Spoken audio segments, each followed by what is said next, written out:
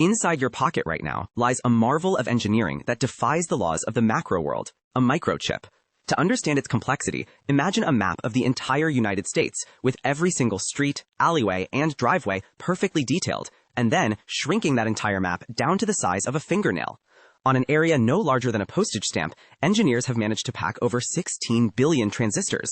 Each of these microscopic switches is so small that hundreds of them could fit inside a single human red blood cell. But this isn't just a story about size, it's a story of extreme manufacturing. We are building structures at the atomic scale, where even a single speck of dust is like a massive boulder capable of crushing the entire project. This process requires temperatures hotter than the surface of the sun and precision measured in picometers. Today, we go beyond the screen to see how ordinary sand is transformed into the most complex object ever built by human hands. Welcome to the extreme world of semiconductor fabrication. It begins with the most abundant material on Earth, sand. But not just any sand. We need silica, or silicon dioxide. To turn this common mineral into a superbrain, it must first be purified to an unbelievable degree. We are talking 9 nines purity. That means 99.9999999% pure silicon. At this level, there is less than 1 atom of impurity for every billion atoms of silicon. This raw silica is melted in a massive crucible at temperatures exceeding 1400 degrees Celsius. A tiny seed crystal is lowered into the molten bath and slowly rotated, pulling a massive single crystal cylinder called an ingot out of the liquid. These ingots can weigh over 200 pounds and are perfectly uniform in their molecular structure. Once cooled, this silver cylinder is sliced by a high-precision diamond saw into wafers thinner than a playing card. These wafers are then polished until they are so smooth that the height difference between the highest and lowest points on the surface is less than the width of a single atom. Before the first circuit can be drawn, the wafers enter the clean room. This is one of the most controlled environments on the planet. A standard hospital operating room contains about 100,000 particles of dust per cubic foot. In a Class 1 semiconductor fab, there is less than 1. This is because at 7 nanometers, a single dust particle is like a skyscraper falling onto a city. To maintain this environment, the air is filtered every few seconds, and technicians must wear bunny suits, complete head-to-toe coverings that prevent skin cells or hair from escaping. The lighting in these facilities is often a deep yellow. Why? Because the chemicals used to print the chips are sensitive to blue and ultraviolet light. The yellow light prevents the chips from being accidentally exposed before they are ready. Here, the laws of biology are suppressed to make way for the laws of physics. In this silent, sterile fortress, the transformation from polished silicon to a digital powerhouse truly begins. The most critical step in making a modern chip is lithography. Think of this as a high-tech stencil, but we are printing lines so thin that regular light can't see them.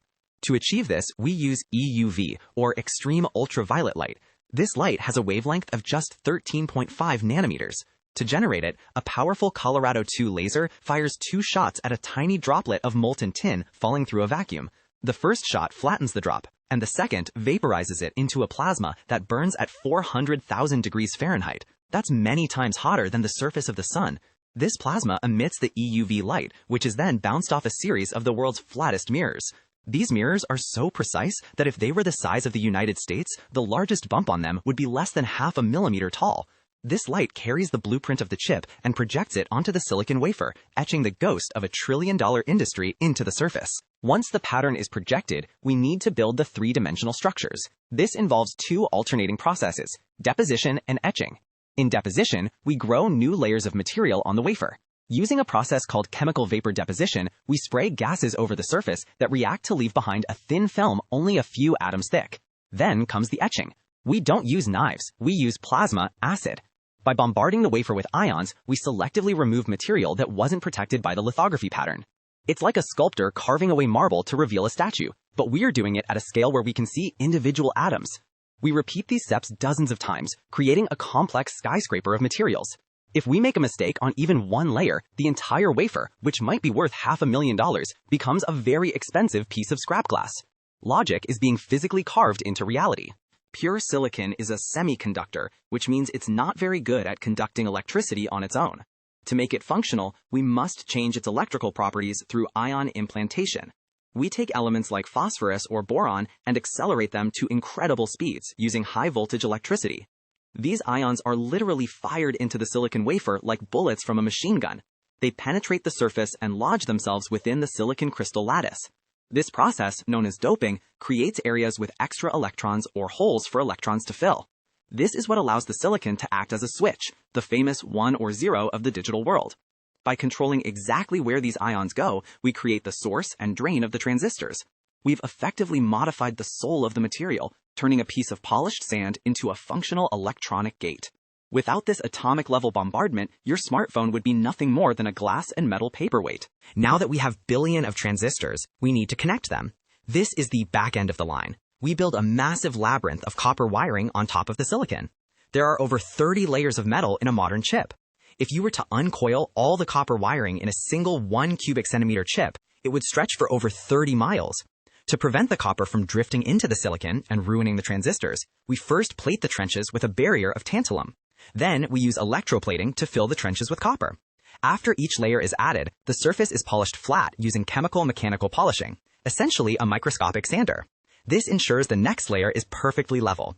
This multi-leveled city of metal is what allows data to travel across the chip at nearly the speed of light, turning individual switches into a cohesive logical unit capable of processing billions of operations every single second.